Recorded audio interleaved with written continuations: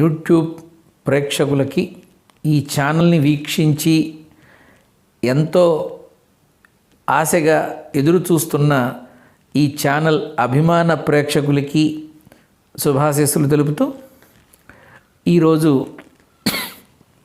నేను ఇలా మిమ్మల్ని కలుసుకోవడానికి గల కారణం శివరాత్రి అనే ఒక ఆధ్యాత్మిక వేడుక, అందమైన పండగ వస్తోంది కాబట్టి దాని విషయమై నన్ను ఏదన్నా ఒక 2-3 నిమిషాలు కాస్త చర్చించి మాట్లాడి చెప్తే బాగుంటుంది అని నన్ను ఈ ఛానల్ నిర్వాహకులందరూ అడగడంతో సరే ఇది ఒక మంచి అవకాశం.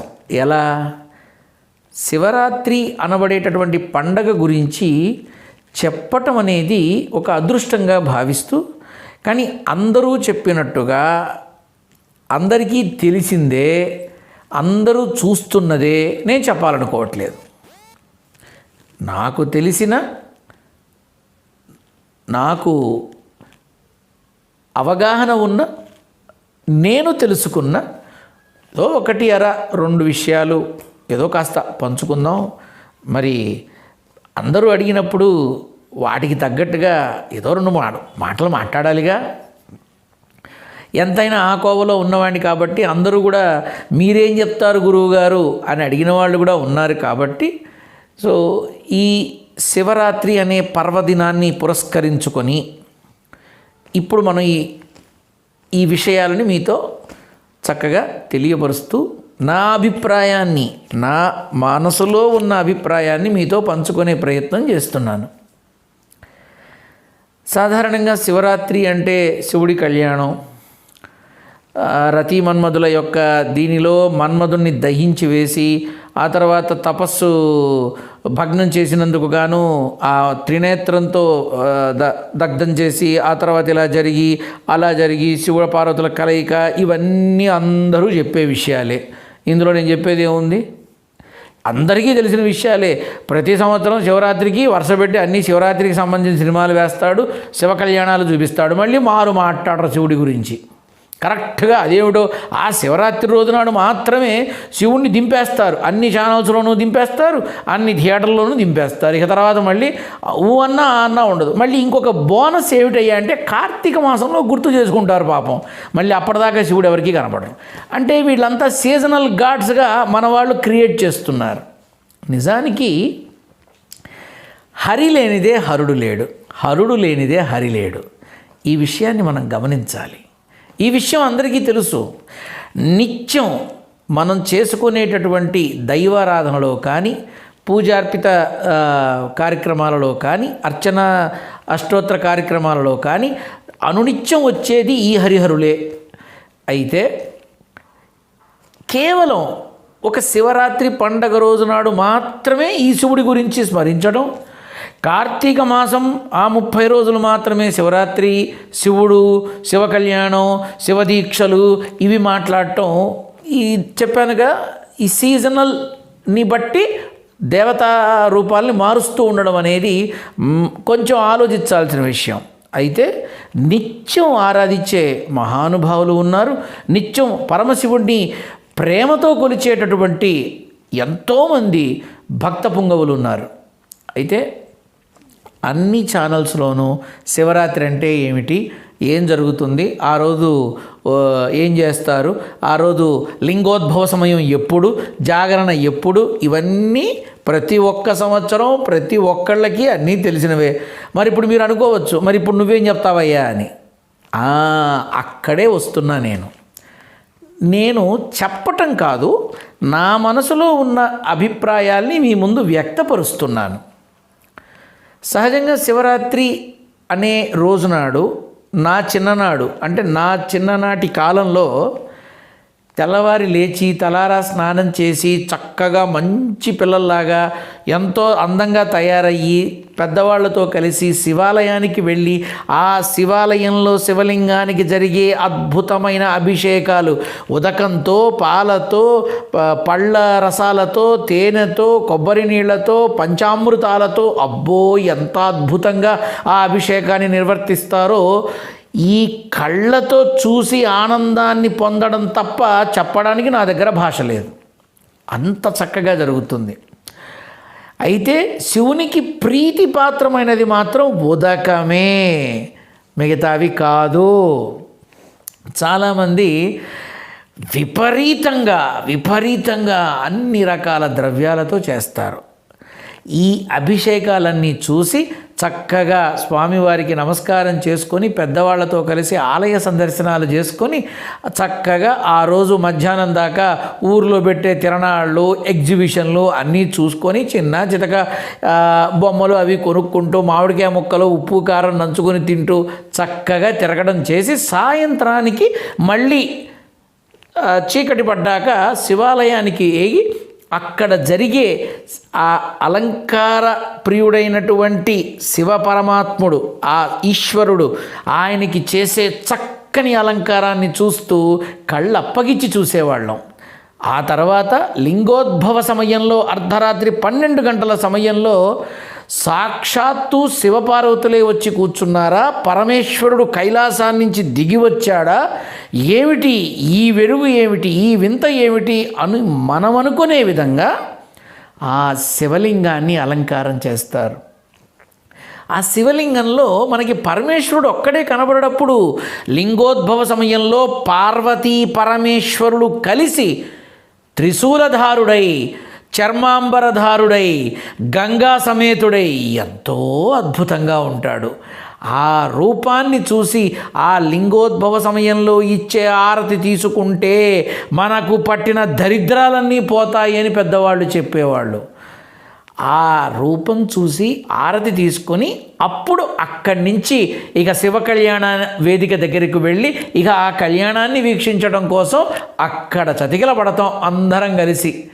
ఆ కళ్యాణం చూసిన తర్వాత ఈ జాగరణ అనేది ఏదైతే ఉందో శివరాత్రి రోజు చెయ్యాల్సింది, అది ఈ లింగోద్భవ సమయం ఏదైతే ఉందో అక్కడి నుంచి మొదలై సుప్రభాత సేవ దాకా, అంటే తెల్లవారి బ్రహ్మముహూర్తం వరకు ఈ జాగరణ కార్యక్రమాన్ని ఈ శివ కళ్యాణంతో, శివ సంగీత లహరితో, శివారాధనతో, ఈశ్వరుడి మీద అనేకమైన భజనలతో సమయాన్ని వెళ్ళబుచ్చుతూ, కాలాన్ని వెళ్ళబుచ్చుతూ, తెల్లవార్లు ఆ శివనామ సంకీర్తనతో జాగారం చేసేవాళ్ళం.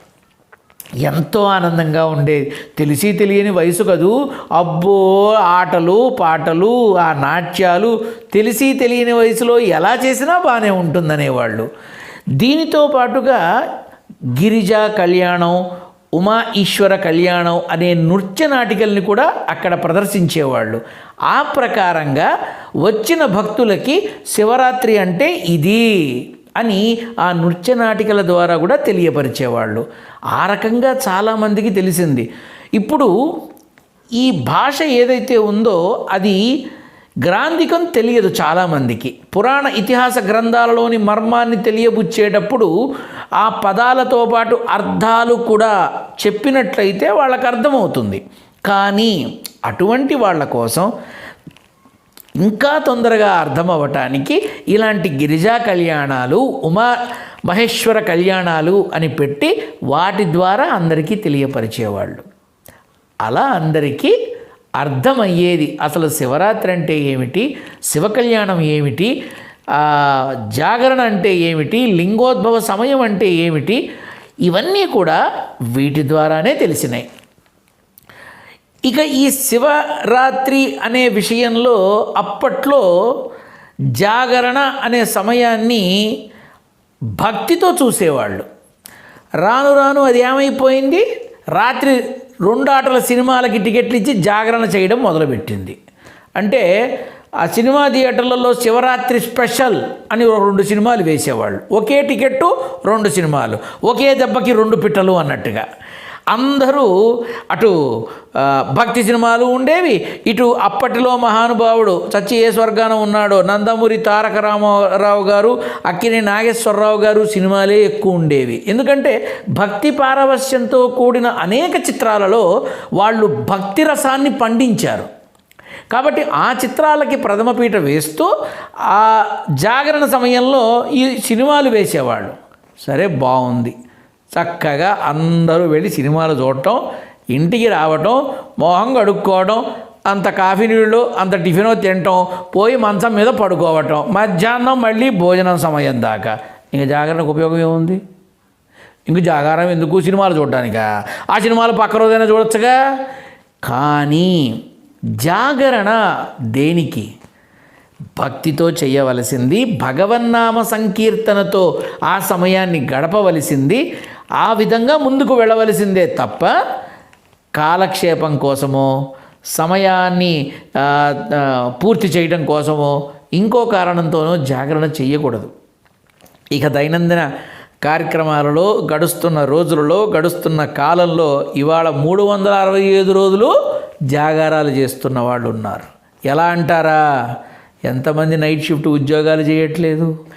ఎంతమంది పగలు ఇంట్లో ఉండి రాత్రి ఉద్యోగాలకు వెళ్ళటం లేదు? అంటే అది ఒక రకంగా వాళ్ళకి నిత్య శివరాత్రి, అంటే ప్రతిరోజు జాగరణేగా. ఈ విధానంలో దైనందిన జీవితంలో జరుగుతున్న మార్పులకి, వస్తున్న మార్పులకి ఈ జాగరణ అనేది పవిత్రత లోపిస్తోంది, భక్తి లోపిస్తోంది, శ్రద్ధ లోపిస్తోంది. ఉన్నామా, వెళ్ళామా, అర్ధరాత్రి 12 నుంచి 3 గంటల మధ్యలో ఫుడ్ కోర్టు, ఫుడ్ కోర్టు అని పెడతారు. అర్ధరాత్రులంతా రోడ్ల మీద తిరిగేవాళ్ళు ఉన్నారు. మరి 31వ తారీఖు జాగరణ చేస్తారు, 14 ఫిబ్రవరి జాగరణ చేస్తారు. ఒకటేమిటి, ఆ దినం ఈ దినం, ఈ దినం ఆ దినం అని ఎన్నో దినాలలో ఈ జాగరణలు కొనసాగుతూనే ఉంటాయి కొన్ని చోట్ల. ఇవి కాక ఉద్యోగ ధర్మాన్ని నిర్వర్తించడానికి, ఉద్యోగం కోసం మరి రాత్రులు జాగారం చేస్తూ ఉద్యోగాలు చేసేవాళ్ళు ఎంతోమంది ఉన్నారు. ఈ జాగరణ అనేది కర్తవ్యపూరితంగా చేసేది ఒక ఎత్తు అయితే, భక్తి భావనతో భగవంతుడిని చక్కగా సేవిస్తూ భక్తి మార్గంలో ఆయన మనం ప్రదర్శించే విధానం నామ సంకీర్తనం కావచ్చు, కరతాళ ధ్వనులతో ఆయన్ని కీర్తిస్తూ కావచ్చు, భజన రూపంలో కావచ్చు, గాత్రం రూపంలో కావచ్చు, నమస్కార రూపంలో కావచ్చు, మహానివేదన రూపంలో కావచ్చు, ఆరతి రూపంలో కావచ్చు, పాటల రూపంలో కావచ్చు, అనేక రకాలు. భక్తి 9 విధాలు అన్నారు. ఇన్ని రకాలుగా అవకాశం ఉంది మనం భగవంతుణ్ణి కొలవటానికి. ఆయన్ని కొలవటానికి ఏమీ అక్కర్లా. మనల్ని మనం మనస్ఫూర్తిగా ఆత్మార్పణ చేసుకొని భగవంతుడికి, నువ్వు తప్ప నాకు దిక్కు లేదు నాన్న, నువ్వు తప్ప నాకు దారి లేదు నాన్న అని అడిగినంత మాత్రానే కైలాసంలో ఉన్న ఆ పరమేశ్వరుడైనా, వైకుంఠంలో ఉన్న శ్రీ మహావిష్ణువైనా వేగిరమే రారా, వేడుకోనే ఆ భక్తుల్ని కాపాడలేరా? ఎన్నో పురాణ ఇతిహాసాలు, ఎన్నో చరిత్రలు, ఎన్నో ఇతి గ్రంథాలు అన్నీ చూపించేది ఒక్కటే, భగవంతుడు భక్త సులభుడు. ఈ శివరాత్రికి కూడా మూలం అదే. భగవంతుడి యొక్క అనుగ్రహం ఎంత గొప్పగా ఉంటుందో, అలాగే ఆగ్రహం ఎంత గొప్పగా ఉంటుందో రెండూ చూపించిన విషయం ఇది.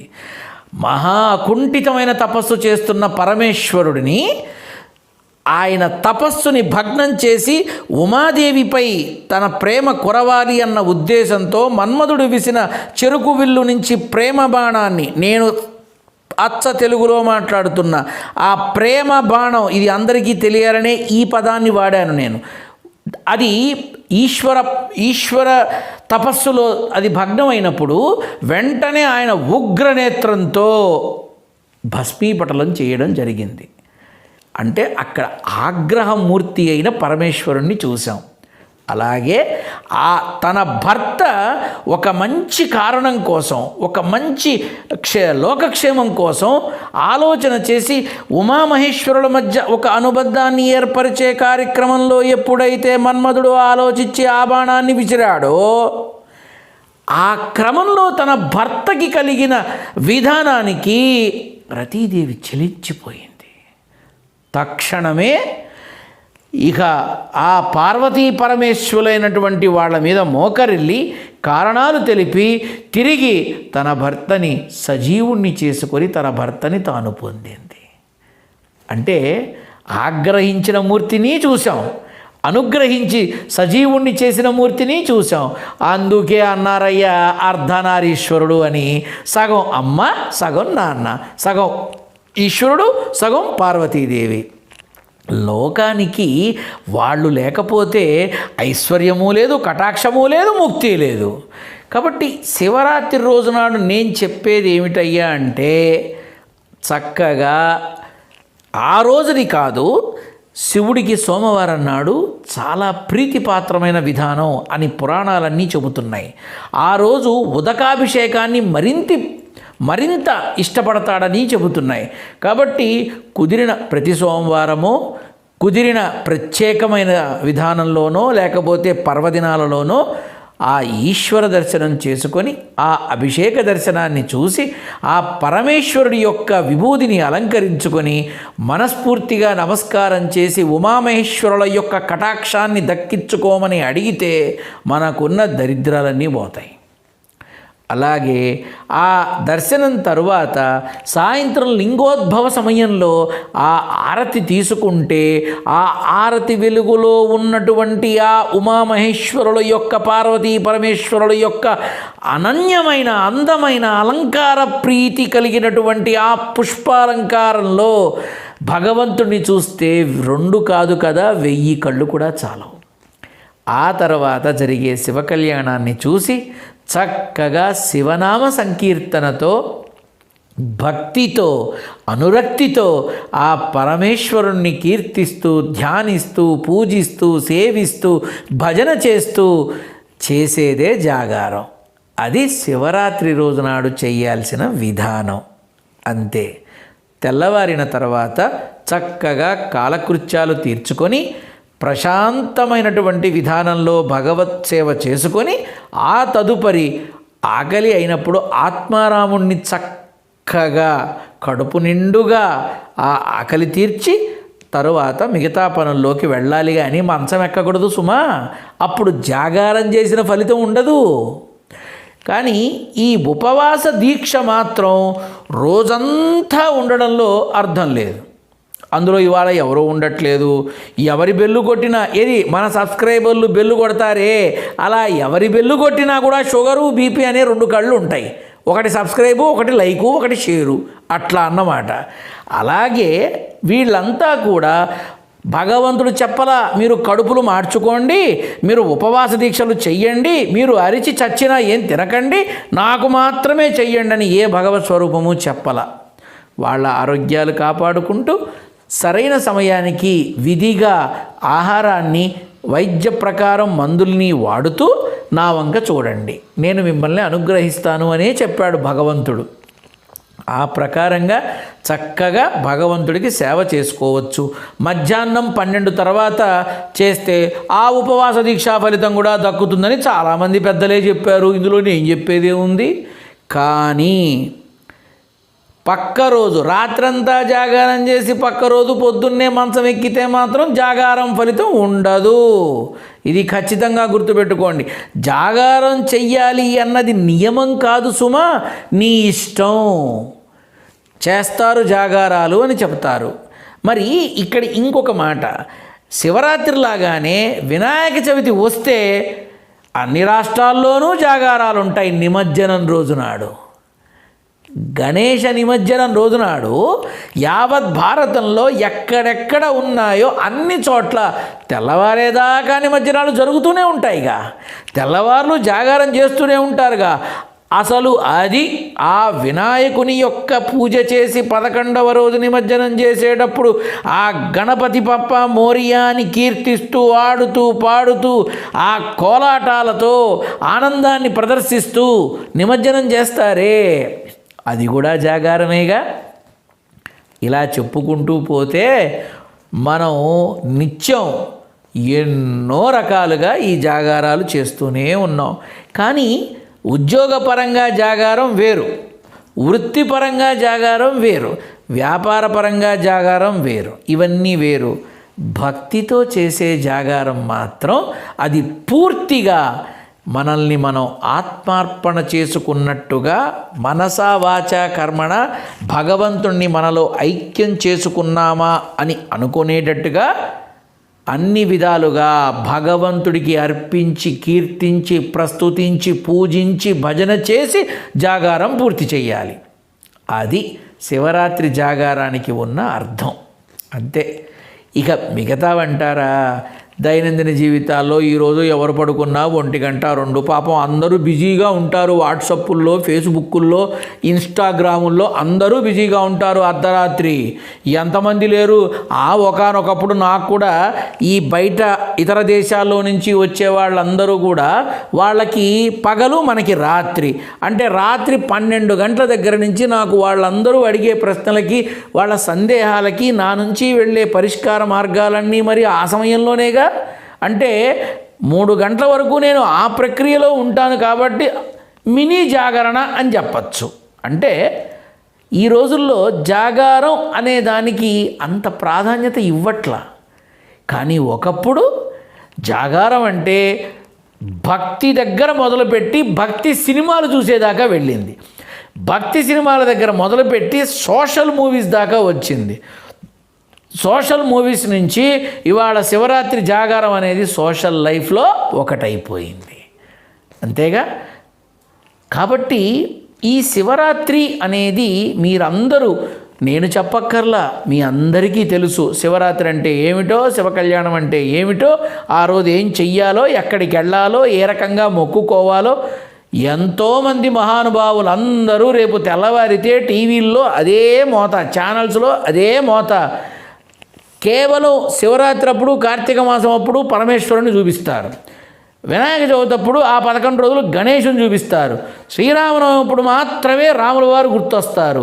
దీపావళి నాడు మాత్రమే అమ్మవారు పెడతారు, మిగతా అప్పుడు మాత్రం పెట్టరు.